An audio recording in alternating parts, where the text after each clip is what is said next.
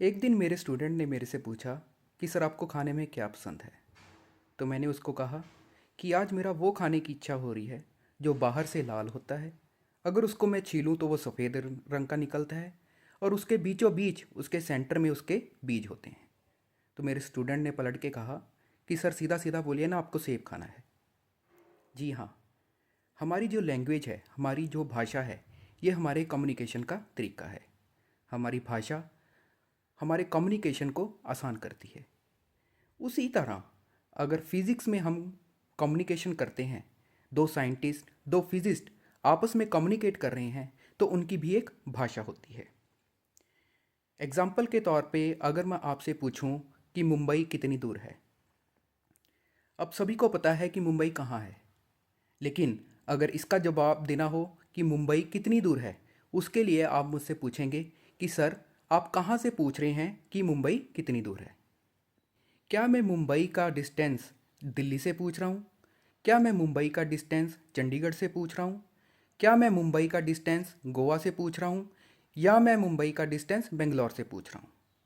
यानी कि ये जो मैंने सिटीज़ के नाम लिए हैं, दिल्ली, गोवा, बेंगलोर, चंडीगढ़, ये सभी हमारे रेफरेंस पॉइंट हैं। अगर मुंबई का डिस्टेंस बताना हो तो मुझे इन सिटीज़ में से किसी एक को रेफरेंस पॉइंट कंसीडर करना होगा। इस उदाहरण को मैं आपके लिए और आसान कर देता हूँ।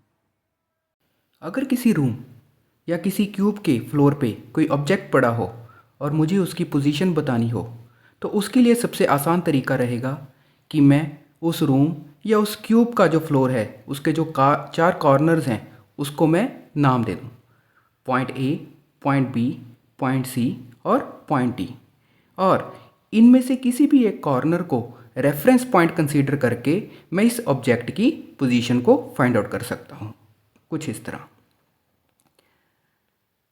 हमारा ऑब्जेक्ट एक ही जगह है, लेकिन उसकी दूरी from the different reference points अलग अलग हो सकती है।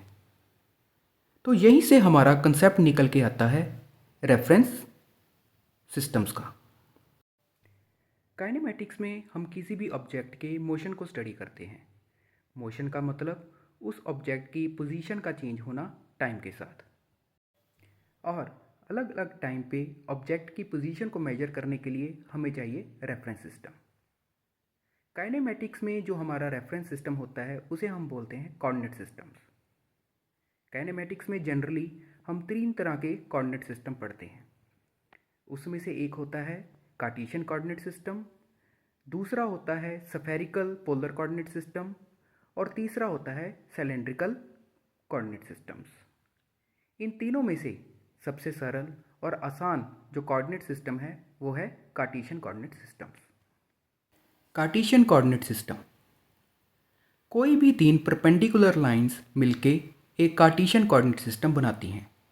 उसमें से एक लाइन को हम बोल देते हैं एक्स एक्सिस, दूसरी लाइन को हम कहते हैं वाई एक्सिस और तीसरी लाइन को हम कहते हैं जेड एक्सिस। ये तीन लाइनें और तीन एक्सिस जिस पॉइंट पे मीट करती हैं, हम उसे बोलते हैं उस कोऑर्डिनेट सिस्टम का ओरिजिन। नाउ अगर मुझे किसी भी ऑब्जेक्ट की पोजीशन बतानी हो, तो इस पॉइंट ओ को रेफरेंस कंसीडर करके उस ऑब्जेक्ट की पोजीशन को बता सकता हूँ। नाउ अगर वो ऑब्जेक्ट टाइम के साथ अपनी पोजीशन को चेंज करता है, तो उस ऑब्जेक्ट का जो पोजीशन है वो भी क्या हो जाती है, चेंज। और काइनेमैटिक्स में टाइम के साथ इस पोजीशन के चेंज को ही हम पढ़ते हैं। सो फिजिक्स अपने आप में सिर्फ एक सब्जेक्ट नहीं, वो एक दुनिया है जिसकी भाषा को हम सीखते हैं।